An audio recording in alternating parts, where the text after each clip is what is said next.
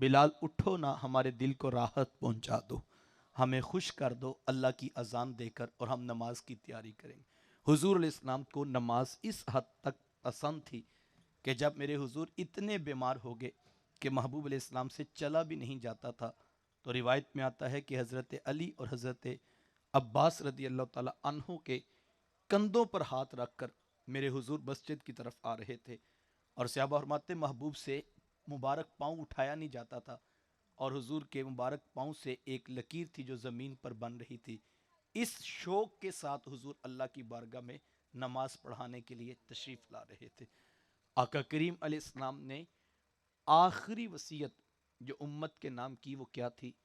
لوگو نماز، لوگو نماز، لوگو نماز، نماز نہ چھوڑنا، نماز نہ چھوڑنا، نماز نہ چھوڑنا۔ ذرا غور کیجئے گا، جب حضور آخری لمحات گزارنے کے بعد اللہ کے حضور حاضر ہو رہے تھے اور ظاہری طور پر امت سے پردہ فرما رہے تھے، پورا دین میرے حضور کے سامنے تھا۔ 23 سال میں جو اللہ کی طرف سے پیغام نازل ہوا، 13 سال مکے کے اور 10 سال مدینہ المنورہ میں، 23 سال کے عرصے میں مختلف مقامات، مختلف ادوار، مختلف انداز میں جو رب کا پیغام جز جز کر کے نازل ہوا تھا، اس کی ساری تعلیمات میرے حضور کے سامنے تھی۔ روزہ، حج، زکوٰۃ، سخاوت، عدل و انصاف، حیاداری، زبان پر سچائی کا نور ہو، جھوٹ سے گریز کیا جائے، کینہ، حسد، بغض، یہ پورا نظام اسلام میرے حضور کے سامنے تھا۔ پورے 23 سال میں جو دین سکھایا، اس میں سے جس ایک چیز کا آخری لمحہ انتخاب کیا وہ کیا تھا؟ لوگو نماز، لوگو نماز، لوگو نماز۔ اور جس چیز کا انتخاب کیا گیا، اس پہ توجہ چاہوں گا، یہ وہ چیز تھی کہ جس کے بارے میں سینکڑوں قرآن مجید کی آیات نازل ہو چکی تھی۔ قرآن مجید کا ایک وافر حصہ ہے جو عبادت اور نماز کی تلقین کرتا تھا، اور میرے حضور جانتے تھے قیامت تک اس قرآن کی حفاظت اللہ کے ذمہ کرم پہ ہے۔ کل کلاں کو اگر کوئی میرا امتی راہ راستے بھٹک بھی گیا تو حضور جانتے تھے اگر وہ قرآن کھولے گا تو کئی مقامات سے اس کو نماز کی فرضیت، نماز نہ پڑھنے پر عذاب کی وعید، اور پڑھنے پہ خوشخبری اور کامیابی کا معدہ رحمت مل جائے گا۔ قرآن مجید کے دامن میں یہ روایت موجود ہے کہ کل قیامت کے دن ایک شخص کو گھسیٹ کر کے جہنم کی طرف لے جایا جائے گا، اور رستے میں کچھ لوگ اس سے پوچھیں گے کہ اس کو جہنم میں کیوں لے کر جا رہے ہو؟ آج ان کو بھڑکتی ہوئی آگ کے اندر گھسیٹ کے کیوں ڈالا جا رہا ہے؟ تو وہ خود جواب دے کر کہیں گے لم نکو من المصلین، ہم نماز نہیں پڑھا کرتے تھے۔ یہ قرآن کی آیات محفوظ ہو چکی تھی، صحابہ کی سینکڑوں صحابہ نے قرآن کی آیات کو زبانی یاد کر لیا تھا، اور حضور کو یقین تک اس کی حفاظت رب کے ذمہ کرم پہ ہے، اس میں کوئی تبدیلی نہیں ہوگی۔ سینکڑوں فرامین محبوب علیہ السلام کے صحابہ نے محفوظ کر لیے تھے، اور پھر امت کی تربیت اس موضوع کے اوپر اتنی ہو چکی تھی کہ صحابہ فرماتے ہیں کہ ہم مومن اور کافر کے درمیان فرق نماز سے کیا کرتے تھے۔ جو ہماری مسجد میں آتا ہم سمجھ جاتے کہ مسلمان ہے اسی لیے تو مسجد میں آتا ہے، اور جو ہماری مسجد میں نہ آتا ہم سمجھ جاتے کہ ابھی اس نے اسلام قبول نہیں کیا ہے۔ اسے پوچھنے کی ضرورت نہ پڑتی کہ آپ نے اسلام قبول کر لیا، آپ مسلمان ہوتے، بلکہ ہم سمجھ جاتے کہ ابھی اس نے اسلام نہیں قبول کیا اسی لیے تو مسجد میں آتا نہیں۔ اب اس پہ غور کیجئے گا، جن کو آخری وصیت محفوظ کروائی وہ اتنے پختہ نمازی ہیں کہ کافر بھی جانتے تھے کہ یہ مسلمان ہے اور نماز پڑھنے والے مسلمان ہوتے، لیکن اس کے باوجود کہ سینکڑوں آیات محفوظ ہیں، قیامت تک کے لیے قرآن کا زبر یا زیر کو بھی تبدیل نہیں کیا جائے گا۔ سینکڑوں فرامین رسالت مآب صلی اللہ علیہ وسلم لوگوں نے محفوظ کر لیے۔ عمل امت کا اتنا پختہ ہے کہ مومن اور کافر میں فرق نماز سے کیا جاتا ہے۔ میرے حضور کسی اور بات کی نصیحت فرما دیتے، لیکن حضور نے نماز کا انتخاب کیا۔ کیوں؟ اس لیے کہ حضور جانتے تھے کہ پورے دین میں اس وقت اہم ترین جو چیز امت کو دوبارہ دے سکتا ہوں وہ نماز ہے۔ تو میں اور آپ اس پہ غور کریں کہ اتنی اہم تھی حضور کی نگاہ میں نماز۔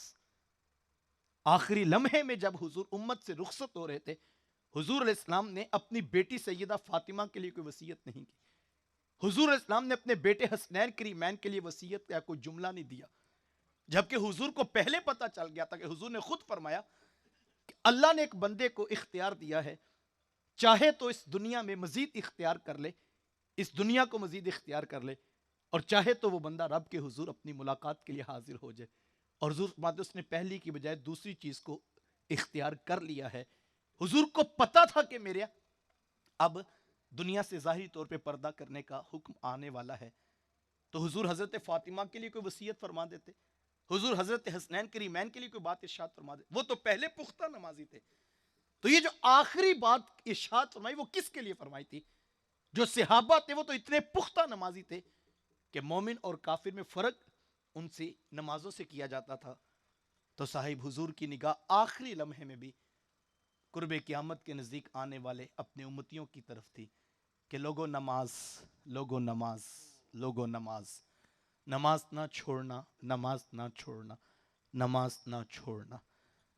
اگر میں نمازی ہوں، میری پیشانی میں رب کے حضور جھکنے کے سجدے نظر آتے ہیں، تو میرے گھر کے منڈیر پہ لہراتے ہوئے جھنڈے اور مہکتے ہوئے پھول اور جگمگاتی ہوئی لائٹنگ اور چراغاں مجھے مبارکباد پیش کر رہے ہیں کہ مبارک ہو تیرے ہم میلاد کا لطف آ گیا۔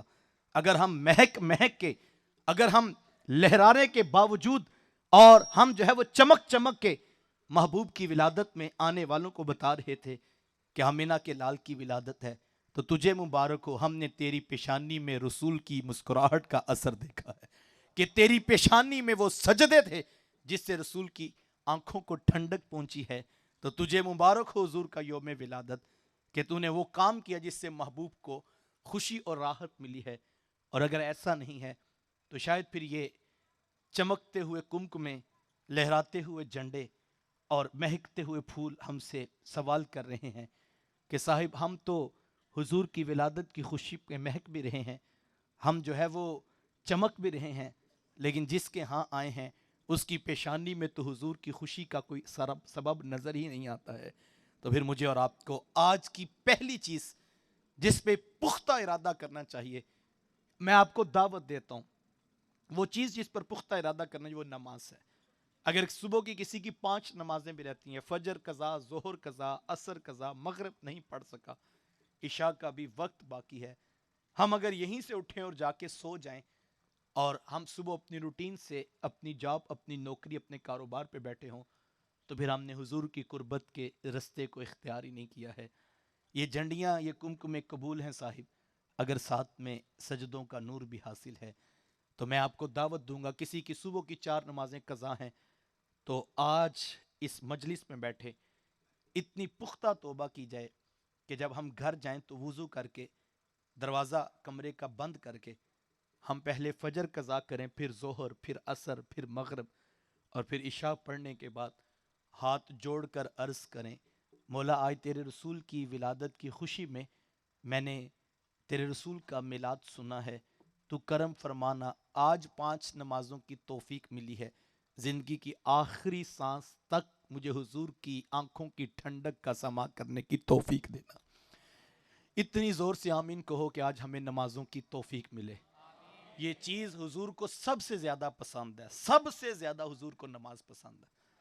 دوسری چیز جس سے حضور کا قرب نصیب ہوتا ہے وہ سنیے حضور کی زبان سے، اللہ اکبر۔ میرے حضور فرماتے ہیں کہ مجھے یہ چیز بڑی پسند ہے کہ میری امت مجھ پہ درود پڑے اور میرا رب ان کے اوپر رحمتوں کا نزول کرے۔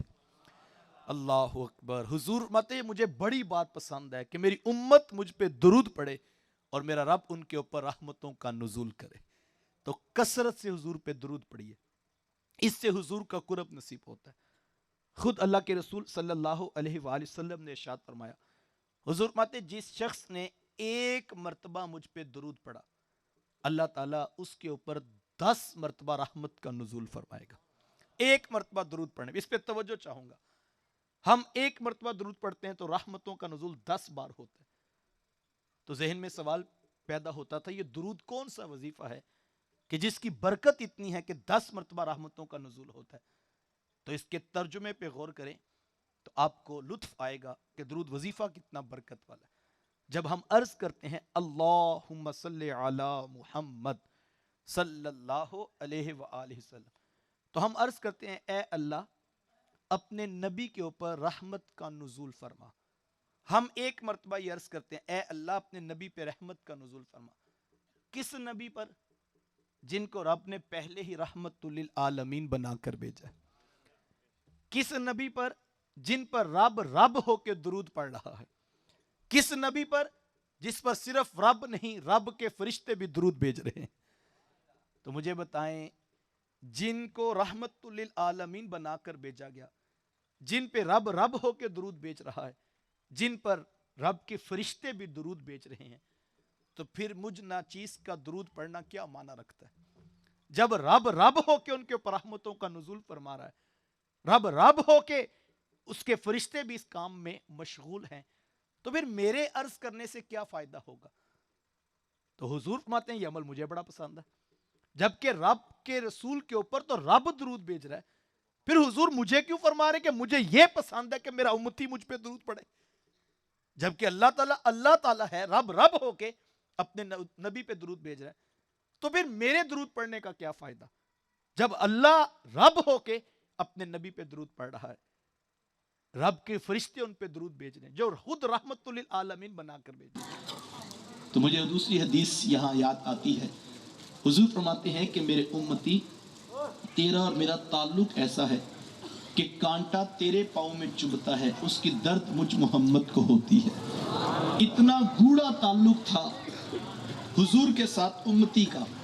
تو حضور اس تعلق کی بنیاد پہ فرما رہے ہیں کہ میرے امتی تو مجھ پہ درود پڑھ. مجھے یہ بات اس لیے پسند ہے کہ جب تو ایک مرتبہ درود پڑھے گا اس درود کی برکت سے رب 10 مرتبہ تیرے اوپر رحمت کا نزول فرمائے گا. تو اس کا مطلب چاہتے ہیں کہ میرے امتی درود پڑھتے رہیں اور رب ان کے اوپر 10 بار رحمتوں کا نزول فرماتا رہے. اور جب رب رحمتوں کا نزول فرمائے گا ان کی زندگیاں آسان ہو جائیں گی، دکھ ختم ہو جائیں گے، تکلیفیں اور پریشانیاں اور ٹینشنیں ختم ہو جائیں گی.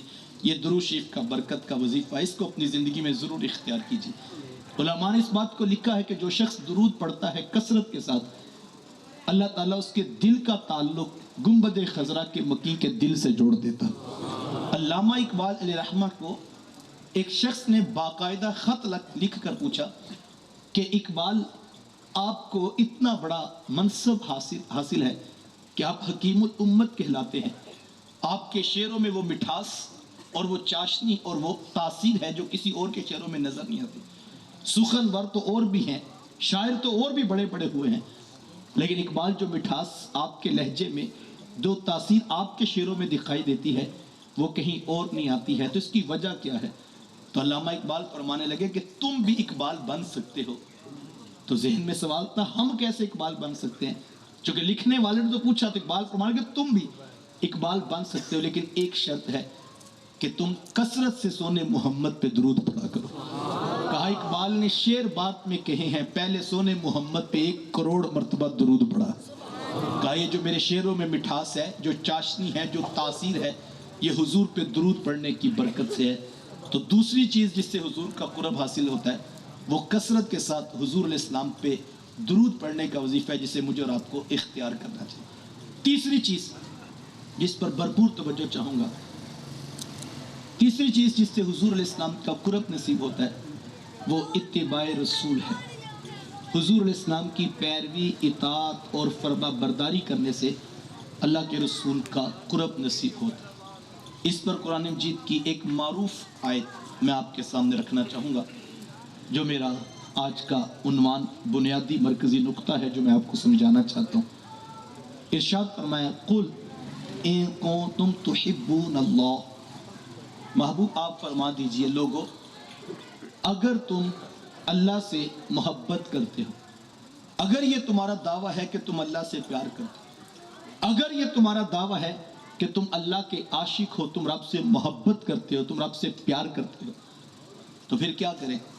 نماز پڑھیں، زکوٰۃ ادا کریں، حج کریں، سخاوت کریں، عدل و انصاف قائم کریں، مساوات کو اختیار کریں، سچ بولیں، جھوٹ چھوڑ دیں، کینہ، حسد، بغض یہ ذمیمہ صفات کو ترک کر دیں.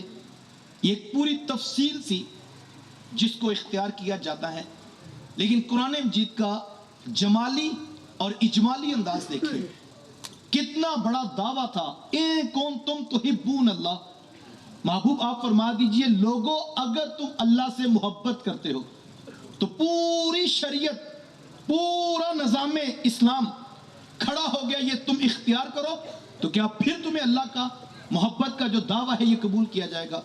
نہیں، 2 لفظوں میں قرآن نے اتنا بڑا مضمون بند کر دیا، اور کیا خوب کہا اگر تم اللہ سے محبت کرتے ہو تو پھر سنو، فَاتَّبِعُونِي، تم صرف ایک کام کرو کہ تم میرے رسول کی اطاعت کو اختیار کرو، تم میرے رسول کے پیچھے کھڑے ہو جاؤ، تم میرے رسول کی راہوں پہ آ جاؤ، تم میرے رسول کی سنت، ان کے طریقے، ان کے زاویہ نظر کو سمجھ کے اس کے اوپر چلنا شروع کر دو۔ فَاتَّبِعُونِی، تم ان کی اتباع کرو۔ دعویٰ تھا کہ اگر تم اللہ سے محبت کرتے ہو تو کیا کرو؟ تم رسول کی اتباع کرو، تم رسول کے راستے کو اختیار کرو۔ تو ذہن میں سوال پیدا ہوتا تھا کہ جب ہم اتباع کریں گے تو پھر کیا ہوگا؟ تو یہاں پر آگے کیا کہا؟ یحببکم اللہ، اللہ تمہیں اپنا محبوب بنا لے گا۔ لگتا یوں ہے، دعویٰ تھا ان کنتم تحبون اللہ، اگر تم اللہ سے محبت کرتے ہو فاتبعونی، تو تم میری اتباع کرو، تم میرے رسول کی اتباع کرو۔ تو اب دعویٰ تھا اگر تم اللہ سے محبت کرتے ہو، لیکن آگے جو نتیجہ قرآن نے اناؤنس کیا، جو اعلان کیا، وہ یہ نہیں تھا کہ پھر ہم مان لیں گے کہ تم اللہ سے محبت کرتے ہو، بلکہ ایسے لگتا ہے جیسے اس موضوع کو بند کر دیا اور کہا تم میرے رسول کی اتباع کرو، باقی رہ گیا تمہارا دعوی محبت، تو پھر سنو، یحببکم اللہ، اللہ تمہیں اپنا محبوب بنا لے گا، تم رسول کی اتباع کرو، یہ اصل تقاضا ہے تم سے۔ دیکھیں اگر مجھ سے کوئی شخص کہے کہ مظہر بھائی ہمارے کہیں کہ میں آپ سے محبت کرتا ہوں، تو میں کہوں اچھا آپ سے وہ فجر کی نماز میں آئیے گا، پتہ لگ جائے گا۔ یہ فجر کی نماز میں آ جائیں تو کیا ثابت ہوگا کہ یہ مجھ سے محبت کرتے ہیں؟ اس سے یہ ثابت تو نہیں ہو کہ میں بھی ان سے محبت کرتا ہوں۔ چونکہ انہوں نے کہا میں آپ سے محبت کرتا ہوں، تو میں نے کہا اچھا آپ فجر کی نماز میں آئیے، یعنی آپ یہ کام کریں گے تو ثابت کیا ہوگا کہ آپ محبت کرتے ہیں۔ تو قرآن نے بھی یہ کہا ان کنتم تحبون اللہ، اگر تم اللہ سے محبت کرتے ہو تو میرے رسول کی اتباع کرو۔ تو ثابت یہی ہونا چاہیے تھا نا کہ تم اللہ سے محبت کرتے ہو، تمہیں مبارک ہو، یہ بات ثابت ہوگی کہ تم اللہ سے محبت کرتے ہو، لیکن ثابت یہ نہیں ہوا۔ ثابت کیا ہوا کہ اگر تم اللہ سے محبت کرتے ہو میرے رسول کی اتباع کرو، تو ثابت کیا ہو رہا ہے؟ کہا یہ بات چھوڑ دو کہ تم دعویٰ کرو کہ تم اللہ سے محبت کرتے ہو، تم صرف میرے رسول کی اتباع میں کھڑے ہو جاؤ۔ اگر تم میرے رسول کی اتباع میں کھڑے ہو تو پھر سنو، فیصلہ ہم سناتے ہیں، یحببکم اللہ، پھر تم نے محبت کیا کرنی ہے؟ اللہ تمہیں اپنا محبوب بنا لے گا، کیونکہ تم میرے رسول کے پیچھے کھڑے ہو، تم میرے رسول کی راہ پہ کھڑے ہو، اور تم میرے رسول کے رستے کو اختیار کیا۔ یہ چھوٹا کام نہیں، لیکن ذہن میں سوال پیدا ہوا تھا کہ مالک ہم تو تیرے رسول کی راہ پہ آئیں گے، اتباع کو اختیار کریں گے، اطاعت کریں گے، لیکن مولا ہمارے پلڑے میں تو گناہ بڑے ہیں، خطائیں بڑی ہیں، نسیان ہے، جرم ہے، ہم کریں گے بھی تو کوتاہیاں ہو جائیں گی۔ لیکن کیسا خوبصورت انداز ہے، لگتا یوں ہے کہ رحمت باری تعالیٰ ایک ایک امتی کے پاس آ کر اس کے کانوں کے پاس تسلی دی جا رہی ہے کہ تم بس اپنے رسول کی اتباع کرو، باقی رہ گئے گناہ تو سنو، وَيَغْفِرْ لَكُمْ ذُنُوبَكُمْ، تمہارے گناہوں کو بھی بخش دیں گے۔ تم رسول کی اتباع میں تو کھڑے ہو، دعوی محبت بھی ڈیل نہیں کیا گیا، گناہوں کا مسئلہ تھا تو اس کو بھی الگ کر دیا، اپنی محبت کا اعلان کیا گیا، اور نکلا کیا پوری آیت میں سے؟ فَاتَّبِعُونِی، تم میرے رسول کی اتباع کرو، جو تمہارے کرنے کا کام ہے، دعوی محبت کرنے کی ضرورت نہیں، تم بس میرے رسول کی اتباع کرو۔ اگر تم اس کام میں کامیاب ہو تو پھر اعلان ہم کریں گے، یحببکم اللہ، ہم تمہیں اپنا محبوب بنائیں گے، اعلان ہمارا ہوگا، تمہیں دعویٰ کرنے کی ضرورت نہیں، تم بس میرے رسول کی اتباع میں کھڑے ہو جاؤ۔ اب کتنی اتباع ہونی چاہیے، اب یہ آپ صحابہ کے انداز سے سمجھیے۔ اللہ کے رسول صلی اللہ علیہ وآلہ وسلم منبر پر تشریف فرما ہوئے، میرے حضور خطبہ ارشاد فرما رہے تھے کہ آقا کریم علیہ السلام کے سامنے ایک شخص کھڑا تھا، حضور ان سے کہا صاحب نیچے بیٹھ جاؤ۔ حضور نے تو سامنے والے شخص سے کہا تھا، لیکن ایک شخص بازار سے گزر رہا تھا، اس کے کانوں تک محبوب کی آواز پہنچی کہ نیچے بیٹھ جاؤ، صرف آواز کو پہچان لیا، وہ صحابی گلی کے اندر نیچے بیٹھ گئے۔ ایک شخص کا پاؤں ایک مسجد کے اندر تھا، ایک مسجد سے باہر تھا، آواز پہنچی نیچے بیٹھ جاؤ، وہیں پہ نیچے بیٹھ گیا۔ عاشق ہر کوئی آکھے، پر عاشق بندہ مر کے، زہر پیالہ کوئی نہیں پیندا، پر عاشق پیندا پر کے۔ عشق عمل کا تقاضا کرتا ہے۔ عشق اتنا نہیں کیا ان صحابی نے کہ مسجد میں تو آ گیا ہوں، جا کے دیکھ لیتا ہوں، پوچھ لیتا ہوں کہ حضور آپ نے کس کو کہا، جبکہ ان کا نام تو نہیں لیا تھا، کہا تو سامنے والے شخص کو تھا، لیکن جس تک گلی کی کونے میں کھڑے ہو کے گلی کی آواز پہنچی، اس نے یہ نہیں پوچھا کہ کس کو کہا ہے، کہا محبوب کا حکم ہے نیچے بیٹھ جاؤ، یہیں پہ نیچے بیٹھ جاتا ہوں۔ ایک شخص مسجد کے دروازے میں بیٹھ گیا، میں اپنا محاسبہ کروں، میں کہوں آپ اپنا محاسبہ کریں، آپ کہاں کھڑے؟ ہمارے ہاں تو آ کے پوچھتا ہے حضرت میں اگر اتنی داڑھی رکھ لوں تو گزارا ہو جائے گا؟ ہم تو عشق میں بھی گزارا ہی کر رہے ہیں صاحب۔ گزارا عشق کیا ہے کس سے؟ آمینہ کے لال سے۔ محبت کی ہے رسول اللہ سے۔ محبت میں گزارے نہیں ہوتے صاحب، محبت والوں کا تو لہجہ یہ ہے، تیرے ہندیاں سندیاں محبوبہ کافر ہوواں جے میں ہوا۔ وہ تو اپنی ذات کی نفی کرتے ہیں، ہم محبت کیا ہے؟ اگر ہم اپنی زندگی کو رسول اللہ کی اتباع میں نہیں لا سکتے تو پھر ہمارا دعویٰ محبت کا ہے صاحب۔ عشق تقاضۂ عمل کرتا ہے، اتباع رسول مانگتا ہے۔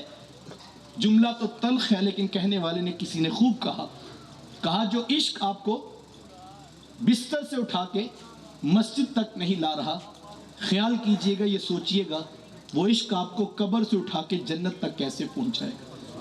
عشق آسان نہیں صاحب، اس کے اندر اترنا پڑے گا، اپنی روح میں اس عشق کو اتارنا پڑے گا، اور جب یہ روح میں اتر جاتا ہے پھر عشق دلیل کا تقاضا نہیں کرتا ہے، پھر جو محبوب کی مرضی ہوتی ہے وہی عاشق کے دل کی اتباع ہوا کرتی ہے۔ اپنے عشق کا محاسبہ اتباع رسول میں لے کر آئیے، کس قدر صحابہ اتباع رسول میں جو ہے وہ اللہ کے رسول کی اتباع میں بڑے ہوئے تھے کہ میرے حضور بازار کی گلی سے گزر رہے تھے کہ ایک گنبد نما مکان دیکھا۔ آقا کریم علیہ السلام نے پوچھا کہ یہ کس صحابی کا ہے؟ تو بتایا کہ حضور وہ فلاں انصاری صحابی نے نیا گھر بنایا۔ میرے حضور دیکھا اور آقا کریم علیہ السلام چل پڑے۔ کوئی شخص ان تک پہنچا اور ان کو جا کے خبر دے دی، تو کہا کہ حضور تیرے مکان کے قریب سے گزرے تھے۔ کہا پھر حضور نے کیا فرمایا؟ کہا تو کچھ نہیں تھا، لیکن چہرے پر کوئی خوشی کے آثار بھی ہم نے نہیں دیکھے۔ صحابی رسول نے کدال پکڑی اور جا کے اس مکان کو توڑنا شروع کر دیا۔ زمین دوز برابر کر کے 2 4 10 دن گزرے تھے، میرے حضور کا پھر وہیں سے گزر ہوا، دیکھا کہ آج وہ مکان دکھائی نہیں دے رہا۔ تو حضور نے پوچھا کہ ابھی پچھلے دنوں یہاں سے گزرے تھے اور ایک مکان یہاں پر موجود تھا، آج وہ دکھائی نہیں دے رہا۔ عرض کی حضور وہ گرا دیا گیا۔ کہا کس کا تھا؟ وہ انصاری صحابی حاضر خدمت، حضور میں بھائی ادھر مکان تھا آج دکھائی نہیں دے رہا۔ عرض کی حضور وہ تو میں نے گرا دیا۔ حضور میں وہ کیوں؟ وہ تو ابھی نیا بنا تھا۔ عرض کی حضور سنا تھا کہ آپ کو پسند نہیں ہے۔ حضور وہ مکان میں نے رکھ کے کرنا ہی کیا ہے جو آپ کو ہی پسند نہیں۔ عاشق تو اپنے محبوب کی پسند اور ناپسند پہ زندگی گزارتا ہے۔ عاشق یہ نہیں دیکھتا کہ میری مرضی کیا ہے، عاشق تو محبوب کی مرضی دیکھ رہا ہوتا ہے، اور اشارہ ابرو سے بھی سمجھ آ جائے بات تو عاشق کے لیے وہ بھی کافی ہوا کرتی ہے۔ حضور کی اتباع مجھ سے اور آپ سے یہ تقاضا کرتی ہے، اور اگر ہم اتباع کا یہ رنگ سمجھنے سے قاصر ہیں تو شاید پھر ابھی محبت خام ہے صاحب، پھر محبت کچی ہے۔ دعا کرو اللہ اس محبت کو پکا کر دے۔ جس دن یہ پکی ہوگی پھر یہ دلیل نہیں مانگے گی، پھر یہ اپنی مرضی کو اٹھنے بھی نہیں دے گی، پھر یہ نفس کے شاک بھی گزرے گا لیکن دل کو خبر نہیں ہونے دے گی، کیونکہ عشق محبوب کی اتباع سکھاتا ہے، اور اگر عشق محبوب کی اتباع نہیں سکھا رہا تو وہ عشق ابھی خام ہے، وہ عشق ابھی کچا ہے۔ اس عشق کے لیے دعا کی ضرورت ہے کہ اس عشق کو پکا رنگ نصیب ہو جائے۔ چوتھی چیز اور میری بات مکمل ہوگی جس سے حضور علیہ السلام کا قرب حاصل ہوتا ہے، وہ یہ ہے کہ اگر کوئی شخص یہ چاہتا ہے مجھے حضور علیہ السلام کا قرب حاصل ہو تو اسے حضور کی امت سے پیار کرنا ہوگا۔ حضور کی امت کا پیار حضور علیہ السلام کے قرب کی ضمانت ہے۔ سادہ سی بات ہے، اگر میں آپ کے بچوں سے پیار کروں تو آپ کو اچھا لگوں گا نا؟ آپ میرے بچوں کا منہ چومیں تو مجھے اچھے لگیں گے نا؟ تو یار جو رسول اللہ کی امت سے پیار کرے گا وہ حضور کو کتنا پیارا لگے گا۔ حضور کی امت سے پیار کرنا سیکھیے۔ میرے حضور کو امت سے اتنا پیار ہے کہ اللہ کے رسول فرماتے ہیں کہ اے میرے امتی، تیرا اور میرا تعلق ایسا ہے کہ کانٹا تیرے پاؤں میں چبھتا ہے، اس کی درد مجھ محمد کو ہوتی ہے۔ توجہ چاہوں گا، اگر امتی کو کانٹا بھی چبھے تو میرے حضور کو درد ہوتی ہے، اور میں حضور کے امتی کو اذیت دوں، تکلیف دوں، اور میں آرزو کروں کہ مجھے حضور کا قرب ملے گا، میں اگر حضور کے اس امتی کو جس کے پاس اگر کانٹا بھی چبھے تو محبوب کو تکلیف ہوتی ہے، میں بڑی بس میں اس کی پگڑی اچھال دوں اور میں کہوں مجھے کسی کی کوئی پرواہ نہیں ہے، اور میں حضور کا عاشق بھی ہونے کا دعویٰ کروں، تو سوچنے کی ضرورت ہے کہ نہیں ہے۔ اللہ کے رسول کا تو اتنا امتی سے تعلق، اس میں یہ نہیں کہا کہ امتی تہجد گزار ہو تو اس کو کانٹا چبھے تو پھر مجھے تکلیف ہوتی ہے، یہ نہیں کہا امتی عالم ہو تو اس کو کانٹا چبھے تو پھر مجھے تکلیف ہوتی ہے، یہ نہیں کہا کہ امتی نیک صالح پاکیزہ ہو اس کو تکلیف پہنچے تو پھر مجھے تکلیف ہوتی ہے۔ فرمایا میرے امتی کو اگر کانٹا بھی چبھے تو مجھ محمد کو اس کی تکلیف ہوتی ہے، اور اگر میں بڑے مجمع میں اس امتی کی عزت پامال کر دوں، کون سی عزت جس کے بارے میرے حضور کعبۃ اللہ کا طواف کر رہے تھے کہ آقا کریم علیہ السلام نے کعبہ کو خطاب کرتے ہوئے فرمایا، اے کعبہ تیری بڑی شان و منزلت ہے کہ تو اللہ کا گھر کعبہ ہے، تیری بڑی رفعت اور بلندیاں ہیں کہ تو اللہ کا گھر کعبہ ہے، لیکن اے کعبہ یاد رکھنا میرے ایک امتی کی عزت اور آبرو تیری عزت سے زیادہ قیمتی ہے۔ ایک امتی کی عزت، اور یہ بھی لازم نہیں کہ وہ امتی تہجد گزار ہوگا، ایک امتی کی عزت اور آبرو کعبہ کی عزت و آبرو سے زیادہ قیمتی ہے، اور میں وہ عزت اور آبرو جو کعبے کی عظمت سے بھی زیادہ قیمتی ہے، میں بھرے مجمع میں وہ اچھال دوں، کسی کی بیٹی پہ الزام لگا دوں، کسی کی بہن اور بیٹی کو رسوا کر دوں، کسی کا مال ہڑپ کر دوں، کسی کا جو ہے وہ قبضہ جو ہے وہ اپنے کھاتے میں ڈال لوں، اور میں یہ کہوں مجھے حضور کا قرب ملے گا، تو کیسے ملے گا؟ رسول اللہ صلی اللہ علیہ وآلہ وسلم تو اپنے امتی کے بارے میں اتنے حساس ہیں کہ ایک حدیث میں آتا ہے، حضور فرماتے ہیں کہ جس شخص نے میرے امتی سے کام لیا، حدیث کا مفہوم ہے، فرمایا جس نے میرے امتی سے کام دیا پھر اس کو مزدوری دی، ساری مزدوری اس نے دے دی، لیکن اس کا ایک درہم روک لیا، میرے حضور فرماتے ہیں اپنے اس امتی کا مقدمہ میں اللہ کے حضور کھڑے ہو کر لڑوں گا۔ ایک درہم اگر کسی نے امتی کا روکا ہوگا تو رسول اللہ اس کا مقدمہ لڑیں گے۔ جس نے حضور کے امتیوں کی جائیدادیں ہڑپ کی ہوں گی کل اس کا کیا حال ہوگا؟ جس نے بیٹیاں بھی تھی حضور کی امت میں بھی تھی ان کو بھی حصہ نہیں دیا، وہ سوچے کل حضور کے سامنے اس نے کیسے کھڑے ہونا۔ جس نے بھائیوں کا مال بھی لوٹ لیا، جس نے دوستوں کو بھی معافی نہیں دی، اور جس نے رشتہ داروں کو بھی حقوق غصب کر لیے، اور سب کچھ ہڑپ کر کے یہ سمجھتا ہے کہ چند لائٹیں، چند چراغاں اور چند جھنڈیوں کے ساتھ معاملہ حل ہو جائے گا۔ رسول اللہ تو یہ فرماتے ہیں اگر کسی نے ایک درہم بھی میرے امتی کا روکا ہوگا اس کا مقدمہ کل میں محمد لڑوں گا۔ تو حضور تو اتنا امت سے پیار کرتے ہیں کہ ایک درہم کا بھی معاملہ ہوا تو حضور فرماتے ہیں میں خود کھڑے ہو کے اللہ کے عرش کے نیچے اس کا مقدمہ لڑوں گا۔ تو مجھے اور آپ کو سوچنا پڑے گا، حضور کی محبت ہے تو حضور کی امت سے پیار کرو، کسی کا ایک روپیہ بھی حضور کی امت میں سے کسی کا نہ روکو۔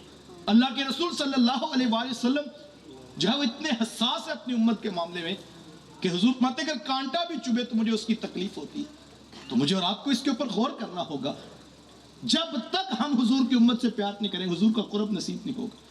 اپنے معاملات میں غور کریں، میں اب اتنے لوگ جمع ہیں، آپ نے صبح اٹھ کے دکانوں پہ جا کے بیٹھنا ہے، کسی نے کاروبار کے مرکز پہ بیٹھنا ہے، کوئی مزدور ہے تو وہ اپنے اڈے پہ جائے گا، کوئی ڈاکٹر ہے تو اپنے کلینک پہ بیٹھے گا، کوئی وکیل ہے تو وہ عدالت کچہری میں جائے گا۔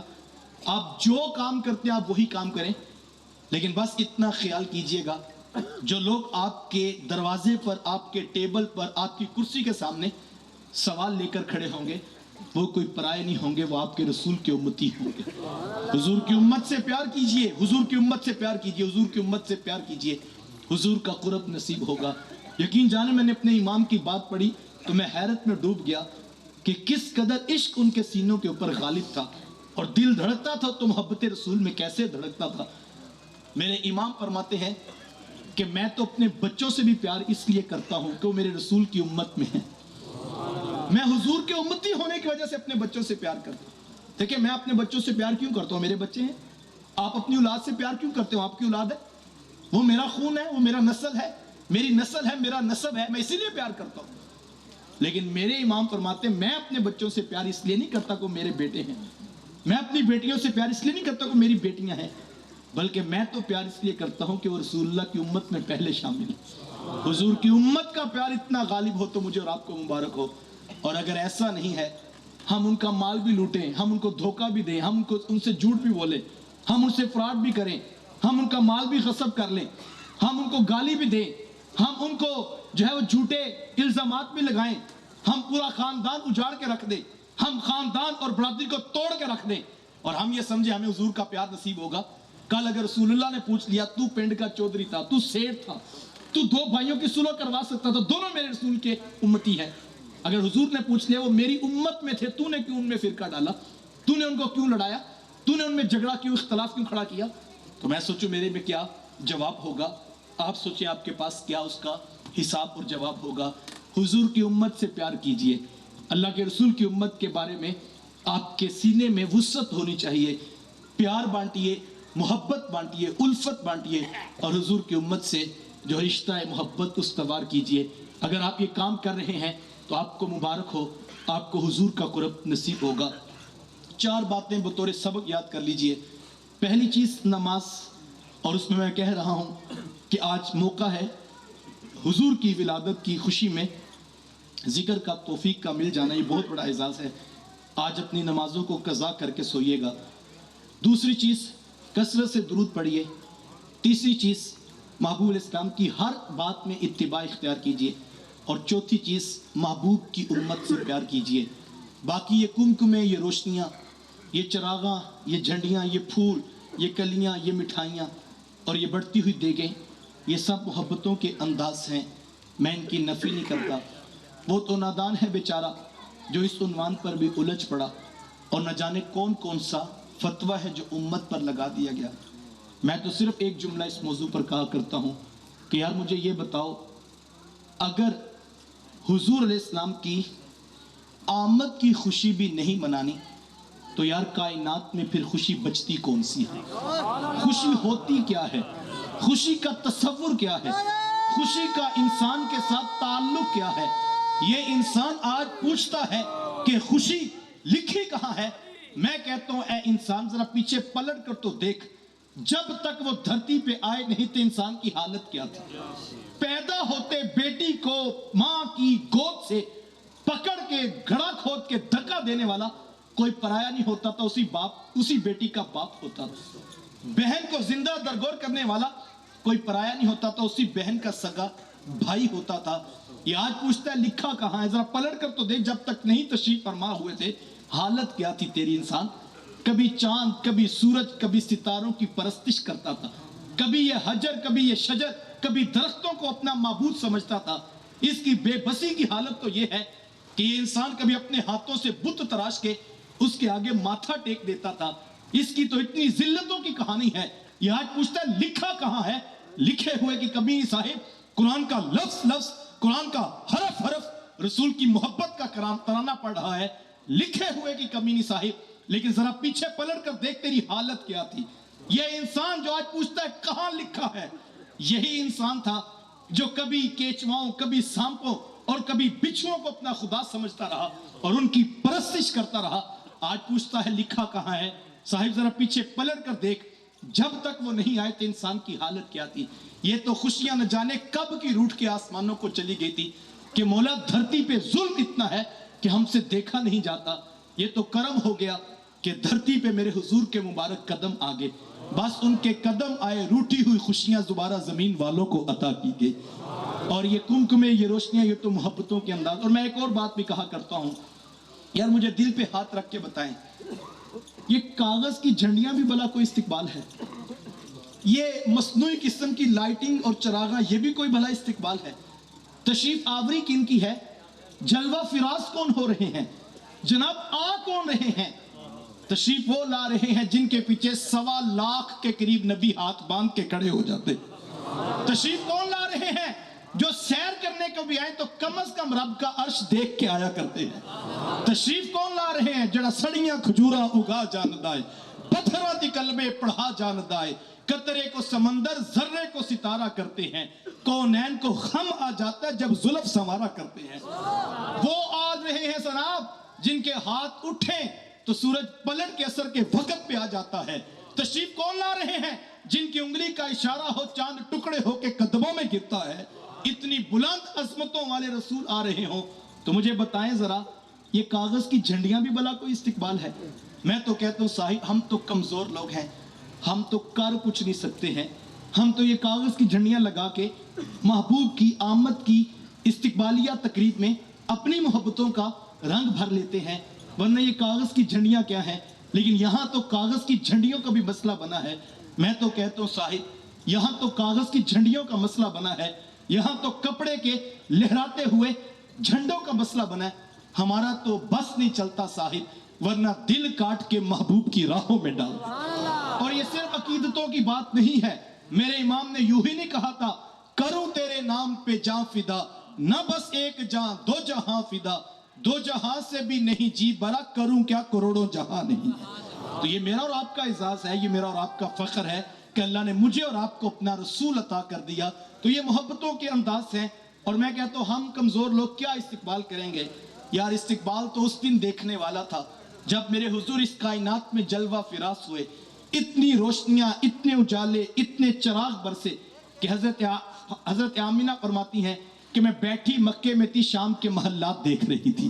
استقبال تو اس دن ہو رہا تھا جب حضور تشریف فرما ہوئے تو شرق کے جانور غرب کی طرف، غرب کے جانور شرق کی طرف دوڑ لگا رہے تھے اور ایک دوسرے سے ملاقات کر کے کہہ رہے تھے، مبارک ہو آمینہ کے گھر مصطفیٰ تشریف لے آئے ہیں۔ آواز آ رہی تھی، بخن بخن قبض محمد، مبارک ہو آمینہ کے گھر مصطفیٰ تشریف لانے والے، ان کا قبضہ پوری کائنات پہ ہو گیا ہے۔ یار اس دن استقبال تھا، اور ایک استقبال اور ہے، میں یہ کہتا ہوں لطف اس دن آئے گا۔ پینڈنگ ہے ایک استقبال، روک رکھا ہے پوری انسانیت کو رب نے۔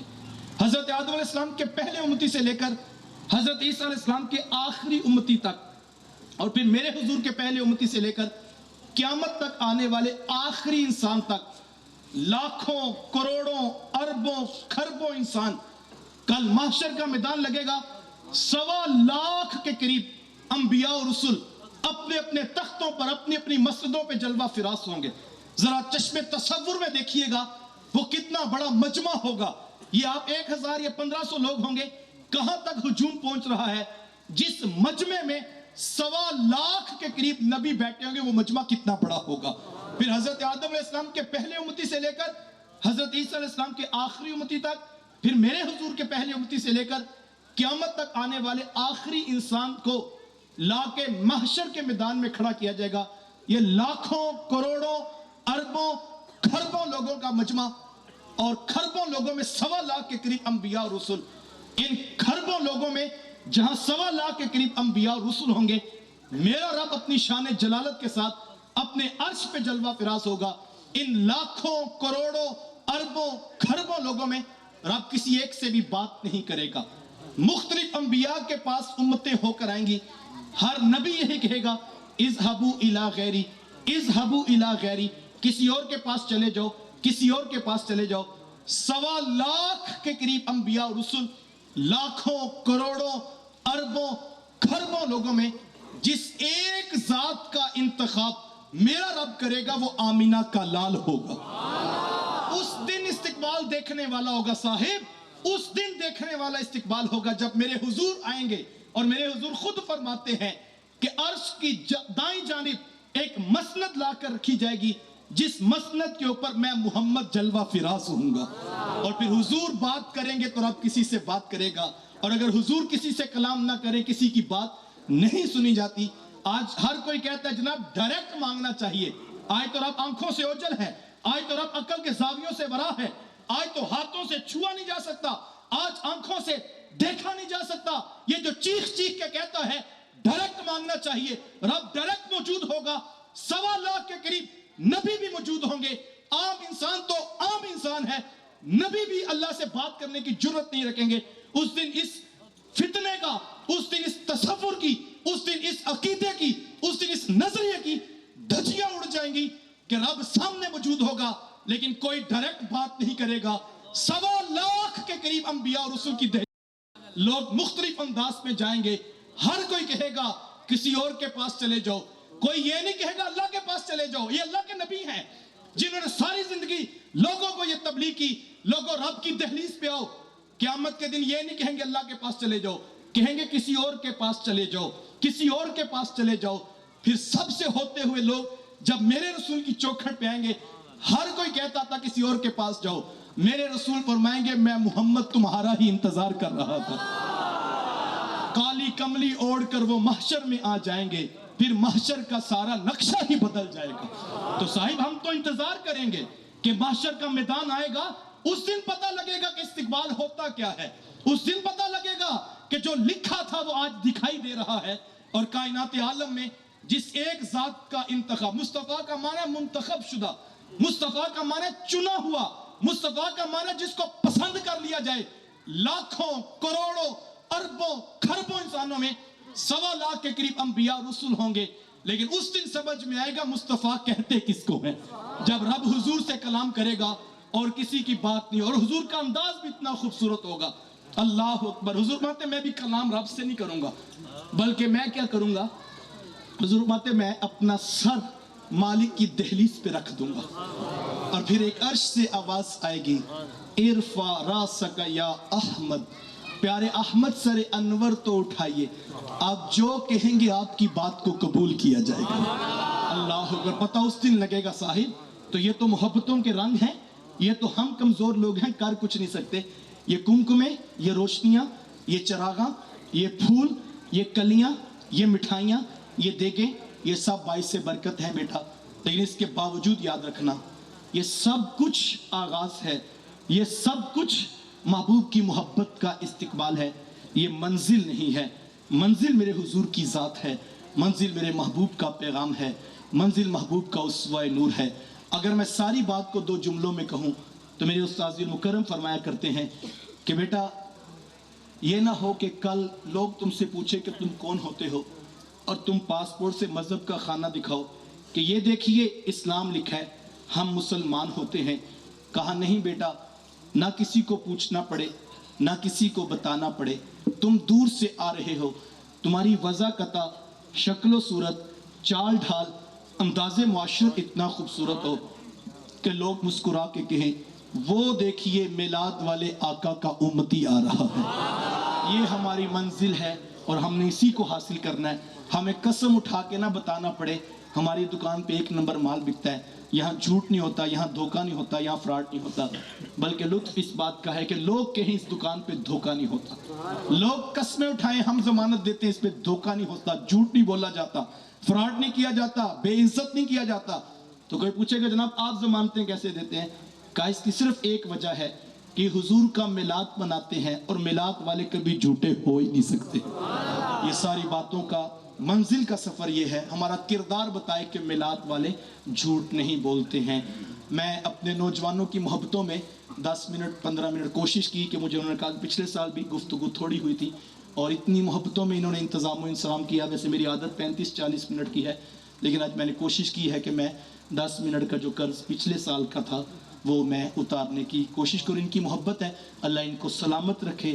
اتنی کوششوں، اتنی محنتوں کے ساتھ اتنا خوبصورت پنڈال سجانا اور پورا سال اس جو ہے وہ محبت میں تڑپنا کہ حضور کی ولادت کے ایام آئیں گے تو ہم ان بابرکت گھڑیوں میں جو ہے وہ حضور کی ولادت کی خوشی میں میلاد کا بندوبست کریں گے.